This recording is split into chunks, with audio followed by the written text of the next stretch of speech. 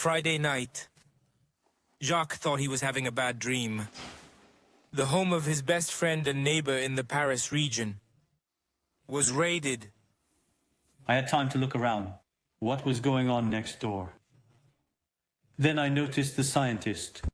The forensic scientist was there rummaging around and all that. My wife called his wife and we learned Guy was at Glasgow airport. He'd been arrested. Guy got off the plane. I didn't manage to find a moment to meet him or have any kind of interaction with him. It was another policeman who came to see her and told her that your husband had been arrested for the murder of 4 children and all that. You can imagine, your husband is accused of having killed, of trying to kill a family. It's a terrible thing. For the Scottish police, this pensioner's identity in reality hides Xavier Dupont de Ligonnès, accused of murdering his wife and 4 children 8 years ago. France's most wanted man. But for Jacques, it's impossible for the 2 men to be one and the same. I'm sorry, you see this photo, the one you showed me earlier? Wait a minute, it's from somewhere. The cops over there, the Scots, the photo, you've got it, you look at this photo here with the photo, you say no, wait. The photo, you say no, wait, no, there's a mistake. It's obvious he's got it all wrong. It's obvious. At the root of this misunderstanding, an anonymous tip deemed credible, gathered by Scottish police officers. By Friday, they alerted their French counterparts. At Charles de Gaulle, a passenger believed to be Xavier Dupont de Ligonnès boards the plane for Glasgow.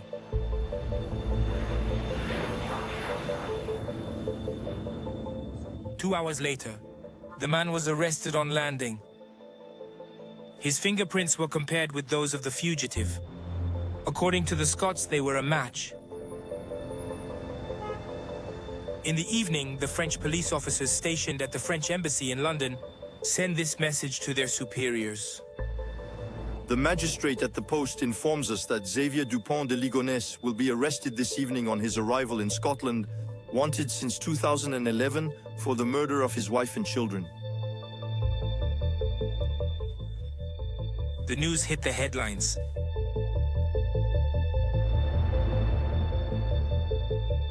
But on Saturday morning, the Glasgow police clarified that in reality, the convergence of the fingerprints was only partial. A few hours later, a DNA test was carried out. They completely exonerated the traveler. Guy, the peaceful pensioner, was released. A spectacular false lead. One more in a criminal enigma that has fueled every fantasy and obsessed the French for 8 years. The Xavier Dupont de Ligonnès mystery.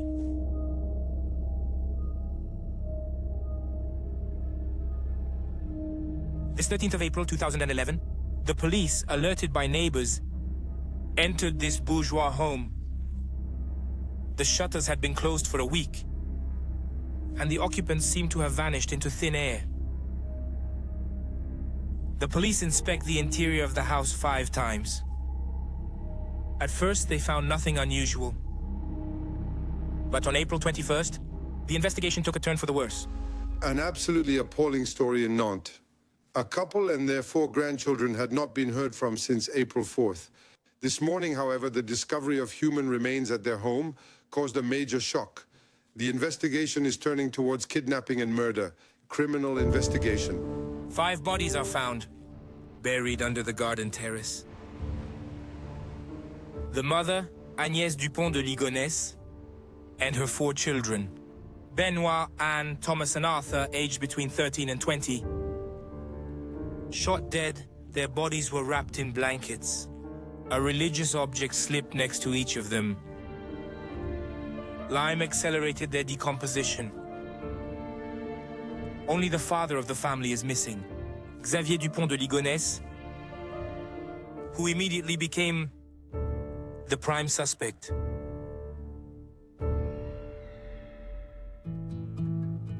Based in Nantes for the past 6 years, the Ligonnès family were originally from Versailles. They were both discreet and well-established. He was a self-employed salesman. She is a housewife. Their children attend private Catholic schools. Emmanuel had known Xavier since he was a teenager. He was godfather to Thomas, the youngest son. He remembers a close-knit family. Children loved their parents and parents loved their children, so that there were, of course, at that age, 14, 16, 18, and 21, that there are occasional clashes. I'd like to know in which family, especially with 4 children, never has a little clashes, but I've never seen Xavier and Agnes raise their hands to their children, and I've never seen the slightest violence between Xavier and Agnes. I never did. He was considered a good father, a good family man. A good family man who had, according to the investigators, another face. A Mr. Hyde from Nantes who had premeditated his act. One detail soon intrigued the police. Xavier Dupont de Ligonnès had been a member of the local shooting club for several months. His instructor, Benoit Hérault, recalls that he used to bring his own rifle. One day, Ligonnès asked him a strange question. Can you put a silencer on it? Yeah, he asked me about it. And that's when I really talked him out of it. In shooting ranges, it's useless. It's useless because you have to be allowed to make noise. And that it impairs shooting accuracy. So if it's for practice at a range, well, practice, well, that was the end of it. He may have been thinking of something else at the time, who knows? According to the police, it was with his rifle that Xavier Dupont de Ligonnès carried out his deed at home. On the night of April 3rd to 4th, a fortnight before the bodies were discovered. That Sunday evening, he went to the cinema, then to a restaurant with his wife and 3 of his 4 children. It was the last time the victims would be seen alive. The father of the family is said to have drugged them with sleeping pills, then killed them in their sleep. That same evening, he left this message for his sister. On était à Pinoche en famille et au restaurant ensuite, dimanche soir. Et on rentre juste le temps que je t'ai envoyé pour te demander si c'était trop tard pour le téléphone. Et puis là, je vois que t'es sur ton répondeur. Voilà, je t'embrasse. Si c'est pas trop tard, tu m'auras dit, tu m'envoies un petit SMS et tout. Là, je vais coucher les enfants et dire bonsoir à tout le monde. À tout de suite, peut-être. A message with a light tone, at odds with the drama that unfolded that night. Agnès and 3 of her children were killed. The 4th son lives in Angers. Thomas, the youngest, is studying music there. The day after the murders, his father invites him to dinner at this gourmet restaurant. The manager remembers a strange face-to-face encounter, during which Thomas seemed to be overcome by nausea. We got in touch with people we knew who'd had dinner that night, who remembered very well. And they said it's true that there was not a lot of conversation between them. There were very few exchanges. They remembered seeing the son leave the table. The father was left alone. And it was more my employees who said, I don't know, he seemed to be a bit like that, a bit ill, a bit unwell, well, not feeling very comfortable. After this story, we said to ourselves, but he came here with his son when the rest of the family had already been killed, so it's true that it's a bit chilling. Did Xavier Dupont de Ligonnès try to drug his last son? The investigation did not reveal the cause of the nausea. That night, Thomas returned to his student room in Angers. His father returned to Nantes. 24 hours later, he asked him to join him in an emergency, as his mother had had a serious bicycle accident. This is what Thomas tells his friends before leaving Angers. No one would ever see him alive again. In the days that followed, the father of the family buried the bodies under the terrace using tools he had bought a short time before. In the very spot where investigators discovered the 5 victims under a thin layer of cement. Ligonnès then sought to justify the family's disappearance so that those around him wouldn't worry. First, he sent letters to the children's schools and landlords, citing an unforeseen professional transfer. The principal of the Catholic university where Thomas attended believed him. The letter from Thomas's father arrived on April 11th, telling us that for professional reasons, he was obliged to leave for Australia at short notice, and that Thomas would no longer be attending classes until the end of the year. This was something that seemed... It wasn't extraordinarily suspicious because every year it can happen that a student leaves during the course of the year. The family decision is an act of authority. Xavier Dupont de Ligonnès also writes to his family, but with a completely different explanation. 4 pages as detailed as they are surprising.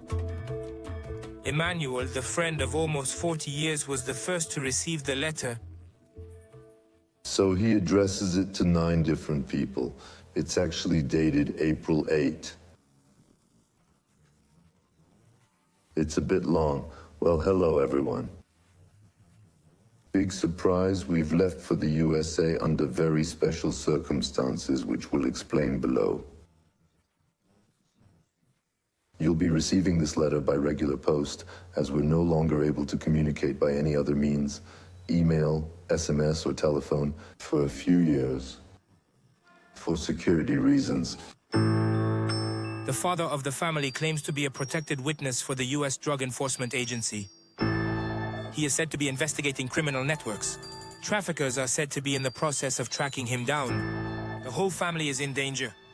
We are therefore taken in by the American government and transferred to the USA under a new identity that must, of course, remain secret. Me? To be honest, I was probably in denial. I believed it. Emmanuel is not the only one to believe it.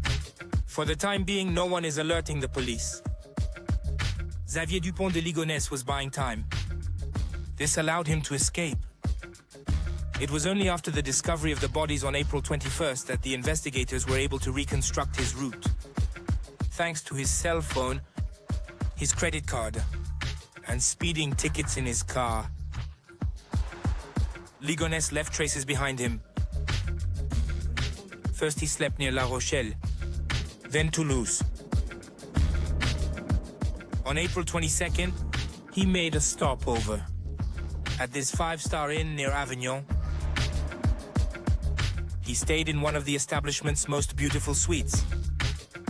Sylvie Boucher, the inn's manager, thought she was dealing with a bachelor on the prowl.